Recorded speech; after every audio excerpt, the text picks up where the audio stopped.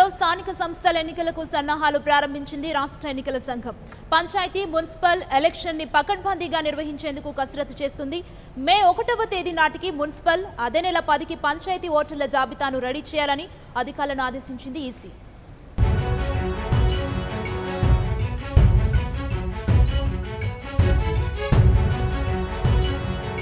ఏపీలో మళ్లీ political fight start అవుతోంది. సార్వత్రిక ఎన్నికల్లో హోరాహోరీగా పోరాడిన నేతలు కాస్త రిలాక్స్ అయ్యారు.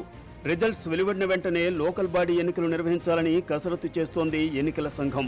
అందులో భాగంగానే మే 1న మున్సిపల్ ఓటర్ల జాబితా రెడీ చేయాలని అధికారులను ఆదేశించింది ఈసీ. అదే నెల 10న పంచాయతీ ఓటర్ల జాబితా సిద్ధం చేయాలని తెలిపింది. కొత్త ప్రభుత్వం కొలువుదీరగానే స్థానిక సంస్థల ఎన్నికలు నిర్వహించేందుకు సర్వం సిద్ధం చేసుకుంటోంది. ఈ క్రమంలో మే 10లోపు పంచాయతీ, మున్సిపల్ ఎన్నికల ఓటర్ల లిస్ట్, రిజర్వేషన్ల ప్రక్రియ పూర్తి చేయాలని ఆదేశించింది.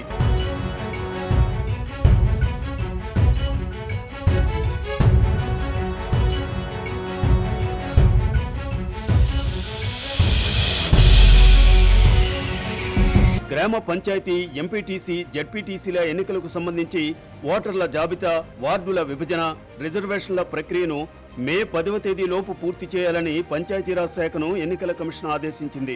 తక్షణమే జిల్లాలోని డిపిఓ ఆఫీసులకు ఓటర్ల జాబితా, రిజర్వేషన్ల ప్రక్రియ మొదలు పెట్టాలని సూచించింది.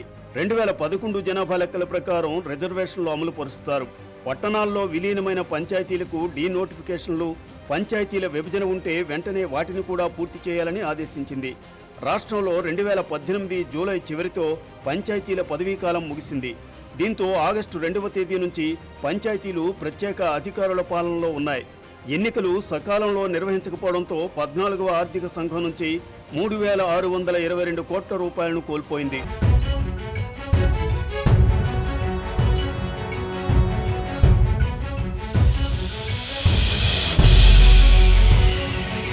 పంచాయతీలతో పాటు మున్సిపల్ ఎన్నికలు నిర్వహించేలా రాష్ట్ర ఎన్నికల కమిషన్ ఆదేశించింది.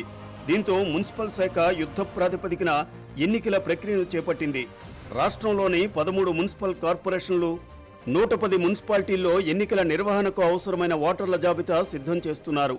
రాష్ట్రం యూనిట్గా మున్సిపాలిటీలు, నగర పంచాయతీల్లోని వార్డుల్లో రిజర్వేషన్లు అమలు చేయాలని ఈసీ సూచించింది.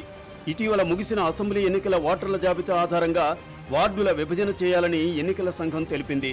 గ్రేటర్ విశాఖ, గుంటూరుల్లో విలీన గ్రామాలు కోర్టును ఆశ్రయించడంతో ఈ 2 కార్పొరేషన్లలో వార్డుల విభజనపై సూచనలు చేయాలని మున్సిపల్ అధికారులు ఎన్నికల సంఘాన్ని కోరారు. గ్రేటర్ విజయవాడ కార్పొరేషన్లోనూ విలీన సమస్యలు ఉండటంతో పాత వార్డుల ప్రకారం ఎన్నికలు జరపాలని నిర్ణయం తీసుకున్నారు. తిరుపతిని గ్రేటర్ కార్పొరేషన్గా మార్చి అభివృద్ధి కార్యక్రమాలు చేపట్టిన ఓటర్ల జాబితా ప్రకటించాక ప్రజల అభిప్రాయం తీసుకున్నాకే వార్డులపై తుది నిర్ణయం తీసుకోవాలని మున్సిపల్ శాఖ భావిస్తోంది. మరోవైపు మచిలీపట్నం మున్సిపాలిటీ ఈ ఏడాది జూలై 3కు కార్పొరేషన్గా మారుతుంది. ఎన్నికల షెడ్యూల్ నాటి పరిస్థితికి అనుగుణంగా మచిలీపట్నంలో ఎన్నికలు నిర్వహించాలని సూత్రప్రాయంగా ఎన్నికల సంఘం నిర్ణయించింది.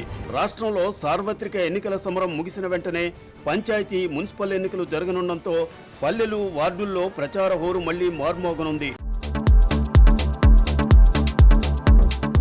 Please subscribe New Waves.